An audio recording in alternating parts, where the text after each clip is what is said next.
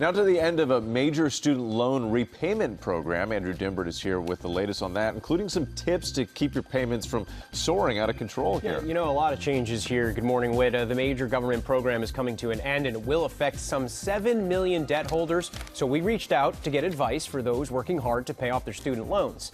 Take a look. Have they lost their mind? I just got an email saying that they're removing the SAVE program and all payments are going to be like readjusted unless you opt in for a different repayment program. I'm already paying a lot for my monthly payment for my student loans. But now it's saying I would pay anywhere from like $500 to $1,000 a month. It's debt whiplash that nearly 7 million student loan borrowers are facing after the termination of the Saving on a Valuable Education loan repayment plan, designed to keep payments manageable based on your income. It's talking about your payment's going to go from $150 to $700.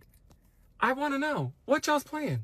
There's no way to afford these payments and also afford to live. And the window to pick a new repayment plan for the first wave of borrowers notified is closing. They do not make a change by September 29th. They're not aware that what could be waiting for them is a $1,000 payment. Dr. Sonia Lewis calls herself the student loan doctor. She says the biggest issue is many borrowers aren't familiar with the core 6 repayment plans still available and their various interest rates and timelines for partial loan forgiveness. Knowing the little nuances in this season can really harm you financially.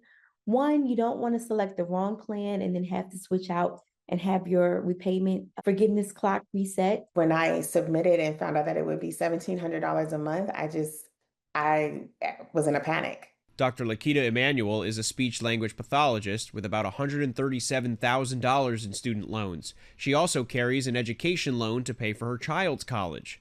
I used to have a private practice, and so my income was a lot higher. I no longer have the type of income that could support a payment and my household anymore. Dr. Lewis advises you to ensure your lenders has your current information. Once they recalculated Lakita's payment using her current income, household size, marital and tax filing status, they compared every plan she remained eligible for and opted for an income-based plan. You want to go with a plan that's going to still get you forgiven in a good amount of time, not extend it all the way out until a 30-year of repayment, which in Lakita's case, we'll be adding on an additional 10 years to her existing amount. The new estimated monthly payment based on income, $700, nearly $1,000 less. Seeing the numbers drop and the opportunity to be able to pay a lower payment, for me, means that I get to continue to help my child through college.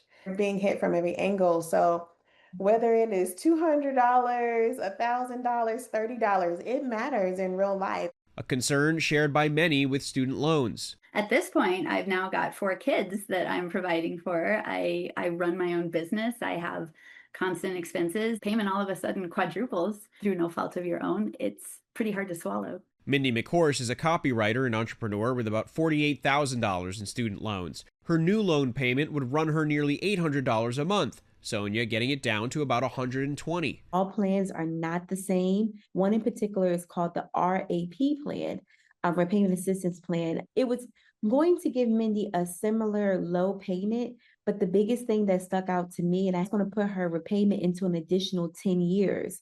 And that was really scary. Sonia says for borrowers tasked with finding a new plan, the most important thing is to stay calm and educate yourself. Look at the information. Play through the calculator, understand your options before a payment is due. Understanding your options will help you to avoid panic and making decisions that may not be reversible. So while this specific plan won't be available, the government does still offer other plans to keep payments manageable. For more information, you can always log on to studentaid.gov. Meanwhile, Dr. Sonia Lewis offers free online seminars on Monday nights. Oh, that's good. Yes. That's good. The conversations this triggered right here. Yeah. How many people in this building still paying off student loans? It's really the changes, too, in the payment programs that can really, sort of throw a wrinkle in people's lives. Staying up to date with all of that, too. That's right. Thank you, Andrew, for that.